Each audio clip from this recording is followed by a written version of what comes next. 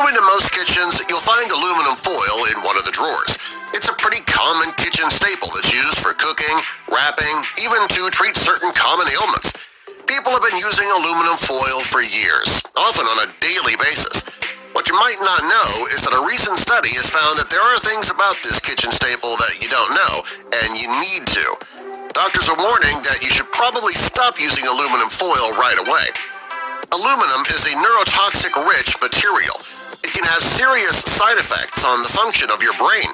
It's also been associated with Alzheimer's disease. Many doctors believe that exposure to this heavy metal can cause adverse effects that can last a long time.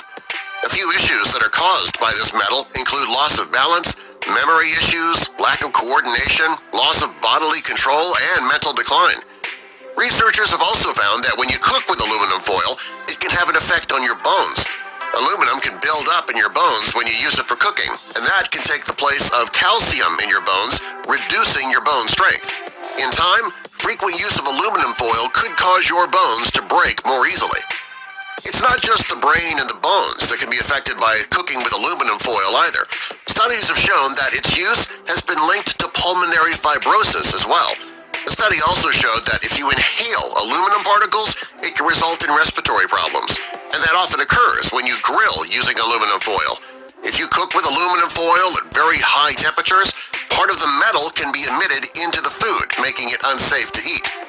A chemical engineer researcher at the American University of Sharjah, Dr. Esam Zubaidi, evaluated the effects of aluminum and cooking, and his study found that when you cook one meal in aluminum foil, it can introduce up to 400 milligrams of aluminum into your food.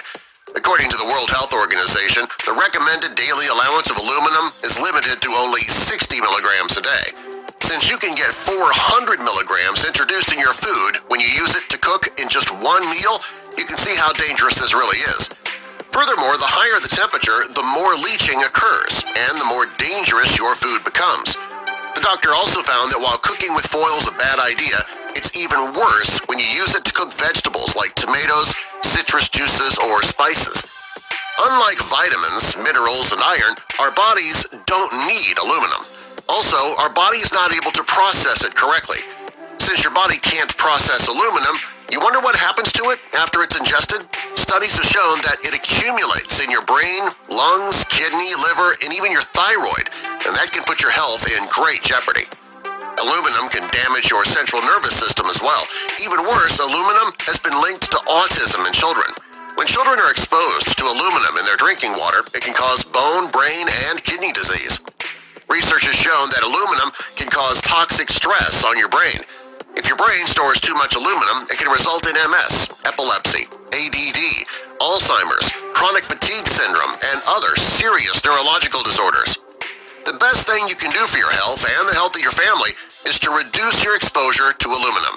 Since it is the most abundant metal on the planet, it's impossible to avoid it altogether. Fortunately, though, there are steps you can take to limit your exposure. Start by using aluminum-free cookware. You should also avoid personal hygiene products that contain aluminum hydroxide. And finally, cut back on your consumption of processed foods. Another step that you can take is to consume more foods that remove heavy metals naturally. These include onions, garlic, cilantro, carrot juice, green tea, burdock, and high-grade bentonite. Now that you know how harmful aluminum can be to your body, it might be time to get rid of it altogether. That might mean a more difficult